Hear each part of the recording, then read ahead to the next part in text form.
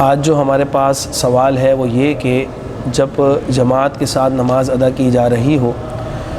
تو اقامت میں جسے تکبیر کہا جاتا ہے کب کھڑا ہویا جائے اور اس میں کیا بہتر طریقہ ہوتا ہے؟ تو دیکھیں، اس میں چند چیزیں ہیں، چند سچویشنز ہیں جس کے مطابق اقامت میں کھڑا ہویا جائے گا۔ جیسے اگر امام صاحب صف بندی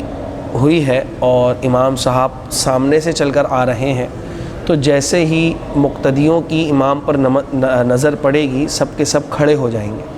اب چاہے تکبیر اللہ اکبر چل رہی ہو، اشہد ان لا الہ الا اللہ چل رہا ہو یا کوئی بھی کلمہ چل رہا ہو، اگر امام صاحب سامنے سے آ رہے ہیں تو مقتدی جیسے ہی ان کو دیکھیں وہ کھڑے ہو جائیں گے، اور اگر امام صاحب پیچھے سے چلتے ہوئے آ رہے ہوں تو وہ جس صف کو پار کرتے ہوئے آگے چلتے جائیں گے، وہ جس صف کو صف میں سے گزرتے چلے جائیں گے تو جہاں سے وہ گزر چکے ہیں وہ صف کھڑی ہوتی چلی جائے گی۔ پھر اگر امام صاحب موجود ہیں، یہ تو دو طریقے یہ ہو گئے کہ امام صاحب سامنے سے یا پیچھے سے چل کر آ رہے ہیں۔ اب اگر امام صاحب موجود ہیں، پیچھے بیٹھے ہوئے ہیں، تو اب کیا کرنا چاہیے؟ تو دیکھیں، سنت مبارکہ تو یہی ہے کہ حی علی الصلاۃ اور حی علی الفلاح پر کھڑا ہویا جائے۔ اب احادیث مبارکہ میں حی علی الصلاۃ کے الفاظ میں بھی کھڑا ہونا آیا ہے اور حی علی الفلاح پر بھی کھڑا ہونا آیا ہے، تو اس پر جو ہمارے فقہاء کرام ہیں انہوں نے تطبیق یہ نکالی ہے کہ حی علی الصلاۃ پر کھڑا ہونا شروع ہو جائے، حی علی الفلاح پر مکمل کھڑا ہو جائے۔ اب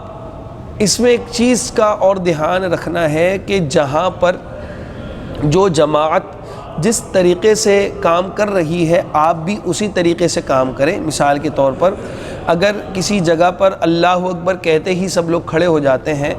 تو بہتر اور مناسب یہی ہے کہ اس کا آپ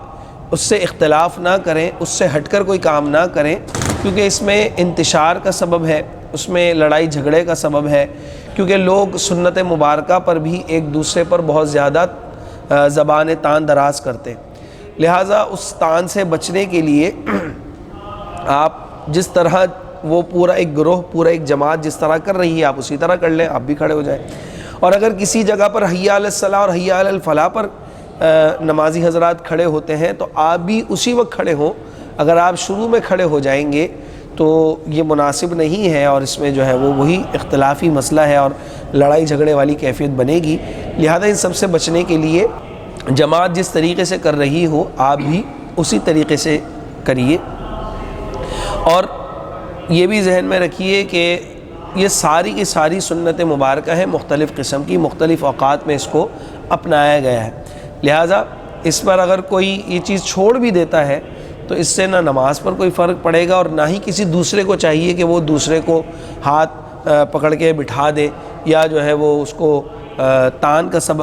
کا اس کو سامنا کرنا پڑے، ایسا نہ ہو۔ لہذا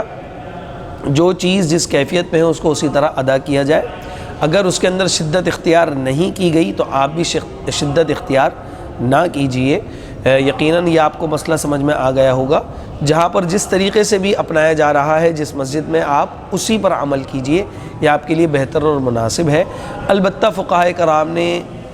مختلف جگہوں پر یہ بھی لکھا ہے کہ اللہ اکبر پر کھڑے ہو جانا یہ مکروہ ہے، لیکن فقط یہ مکروہ تنزیہی ہے، اور کوئی کر بھی لے تو اس میں کوئی مسئلے والی بات نہیں ہے۔ وآخر دعوانا ان الحمد للہ رب العالمین۔